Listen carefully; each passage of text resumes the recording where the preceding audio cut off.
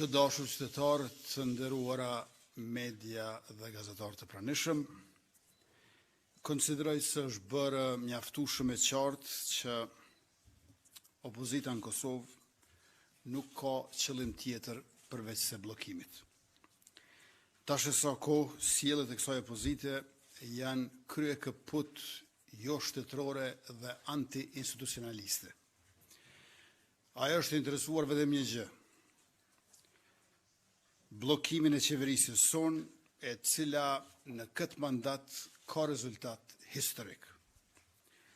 Në këto rrethona e gjithë kjo blokad opozitare përmes bojkotit të seancave plenare nuk mund të quhet ndryshe pos mosnjohje e rezultatit zgjedhor dhe vullnetit popullor të shprehur qartë me 28 dhjetor të vitit që lan pas, si asnjëherë më parë, me 51.1% për lëvizjen vetëvendosje. Dëshmi për blokadën është edhe një fakt tjetër për ta kundërshtuar pakon ekonomike për qytetarët, pra rishikimin e buxhetit, përkatësisht përballjen me inflacionin 2.0, u mobilizuan të gjithë përfshirë edhe listën serbe, kurse për president nuk po vinë as në sallë. Me bindjen e thellë që Kosovës nuk i duhen blokadat e atyre 10 muajve të vitit shkuar, me besimin e plot se nuk ka nevojë për zgjedhje të reja, me që kemi mbajtur mjaftueshëm të tilla në vitin 2025, dhe rezultati ka qenë i qartë si asnjëherë më parë, ndërkohë që vendi do t'ja humbin edhe spaku mbi 10 milion euro, pra, vetëm për organizimin e zgjedhjeve, pa përmendur 10 milion të tjerë të cilët humbin për shkak se s'mund të bashkëpunojmë me bashkësinë ndërkombëtare siç duam, me që nuk do të kemi kuvend funksional. Dhe duke pasur parasysh edhe rrethona të rënduara globale, ne i kemi bërë të gjitha përpjekjet që vendi ynë të mos shkojë në zgjedhje të përsëritura e të panevojshme. U përpoqëm për një kandidat konsenzual, por ishte e pamundur. I ftova disa herë në takim kryetarin e LDK-s Abdi Gjiku, kryetarin e PDK-s Hamza. Ndonë se nuk ofruan asnjë propozim, në vazhdimsi jam unë ai që kam ofruar propozime edhe me emra konkret, pa tjetër me funksione për ta, por morëm veç se refuzime. Ne propozime, ata refuzime. Të shtunën e bëm edhe një haptutje. Kërkuam nga subjektet politike PDK dhe LDK që së bashku të sillnin 3 emra, ku përveç nënshkrimeve njërin edhe do ta votonim. Ju e dini që as PDK e as LDK nuk kanë deputet për të propozuar kandidat tyre. LDK-ja mund të propozoj një gjysmë kandidati, sepse i ka 15 deputet e nevojitën 30. Ndërkaq PDK-ja mund të propozoj 2/3 e një kandidati, me qenë se i ka 22 deputet e nevojitën 30. Por ato dyja bashk mund të propozoj një kandidat. E ne u tham, ja po bëmë edhe ne bashkë me juve, e le t'i propozojmë 3 kandidat që të gjitha propozimet tuaja, ju propozoni emra, ne u japim mbështetjen në seancë plenare. Asnjë propozim e shtym afatin për t'ju dhënë kohë shtesë, kot sepse refuzim sërish. Dje ftuam debat parlamentar për çështjen e zgjedhjes së presidentit. Ju e keni parasysh që mos arria as t'i takoj. Filluan të refuzojnë takimet me mua.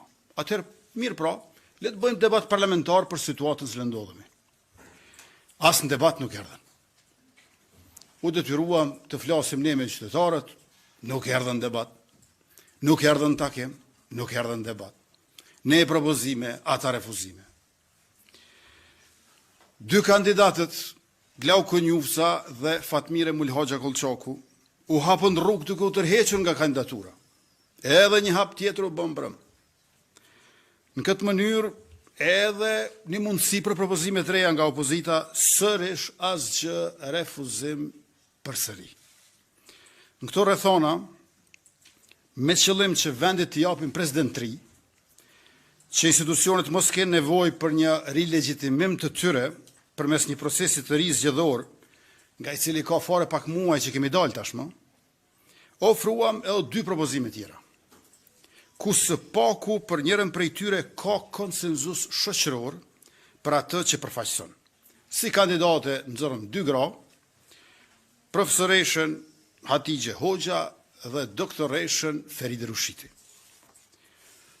Kur zonja Feride Rushiti nderohej e nominohej për çmime prestigjioze dhe ndërkombëtare, shumë deputet opozitar mburreshin me të përmes postimeve në rrjetet sociale. Besoj që i keni pa dhe ju, duke lavdruar Feride Rushitin, deputetet aktuale të Kuvendit të Republikës. Ta zëm, postime si ajo e ish shefës grupit parlamentar të LDK-s, zonjës Hikmete Bajrami, apo postime si ajo e nënkryetares Kuvendit nga PDK-ja, Vlora Qitaku. PDK, lere që nuk u mjaftua me refuzimin e pozitës së kryeparlamentarit, si ofert nga ne, por sot doli pikrish përmes Vlora Qitaku duke kërkuar tërheqjen e zonjës Rushiti nga kandidimi. Merrni me mend. Ua kemi ofru kryeparlamentarin, kanë thënë jo. E kanë lavduar zonjën Rushiti, e propozuan për presidente, këta kërkojnë tërheqjen e kandidaturës. Si është e mundur gjithë ato vargje për zonjën Rushiti nga kjo opozit dje, e sot nuk e marrin as mundin të vinë sallë teksa struken në për zyret e grupeve të tyre parlamentare. Refuzim që të marrin përgjegjësi e pushtet dhe thirrje të tjerëve për bojkotim të institucioneve. Madje duke dërguar edhe kërcënime ndaj një gruaje që gjithë jetën e ka kaluar në mbrojtje të viktimave. Kjo vërtet është e turpshme. Unë dua të falenderoj doktoreshën Feride Rushiti për gatishmërinë e saj që vendin ta nxjerrë nga ky ngërç, nga kjo krizë, dhe që Kosova të mos shkojë sërish në zgjedhje. Por kjo duket e pamundur me subjekte politike, lider partish që e kanë humbur arsyen dhe kanë vendosur inat, jo vetëm me ne, por edhe me vetë popullin e Kosovës, që nuk po i voton më shumë, e po i voton gjithnjë më pak. Më lejoni që krejt shkurtimisht t'i numëroj disa fakte nga biografia e zonjës Feride Rushiti, të cilën ende kemi mundësi ta kemi presidente dhe padyshim që do të ishim të nderuar si institucione dhe si shtet. Feride Rushiti ka lindur me 12 shtator 1970, ka përfunduar studimet në Fakultetin e Mjekësisë në Tiranë me specializim në gastroenterologji. E nominuar për çmimin Nobel për paqen vitin 2025, Feride Rushiti përfaqëson një nga zërat më të fuqishëm në mbrojtjen e drejtave të njerëzit në Kosovë. E nderuar me çmimin Evropiania e vitit nga zyra e BE-s në Kosovë, gjatë luftës në Kosovë 1998-1999, ajo ka shërbyer si mjeke në kampet e refugjatëve në Shqipëri, duke trajtuar personat të prekur nga dhuna dhe trauma. Puna e saj ka ndikuar drejt për drejt në jetën e mbi 18.000 përfituesve, përfshirë mirat mbijetuar të dhunës seksuale gjatë luftës, një nga kategoritë më të stigmatizuara në shoqërinë kosovare. Ajo ka ndarë përvojën e Kosovës si model për vendet që përballen me pasojat e konflikteve, përfshirë Irakun, Ukrainën dhe Kolumbinë. Padyshim që doktoresha Rushiti është lidere në shoqërinë tonë civile. Ajo është vlerësuar për këtë edhe me çmimin prestigjioz International Women of Courage Award, i akorduar në vitin 2018 nga Departamenti i Shtetit i Shtetit Bashkuar të Amerikës në shenjë njohje për guximin dhe përkushtimin e saj në mbrojtjen e drejtave të njerëzit. Pra kandidate jo partijake, më përfaqësuese, më konsensuale, profesionaliste, kombëtarisht, me një kauzë fisnike, përgatitur dhe me emër të njohur ndërkombëtarisht, se sa Feride Rushitin këto rrethona vështirë të gjendet. Për fund, para se t'ua jap fjalën juve për pyetje, unë kam edhe një herë thirrjen për opozitën të vinë në kuvend, sepse kuvendi është shtëpia e deputetëve, të ofrojnë zgjidhje sepse këto bllokime nuk çojnë askund dhe të marrin pjesë siç i kanë votuar qytetarët që përfaqësohen prej tyre, sepse nuk i ndihmojnë institucioneve dhe shtetit të Kosovës me bojkot e bllokim.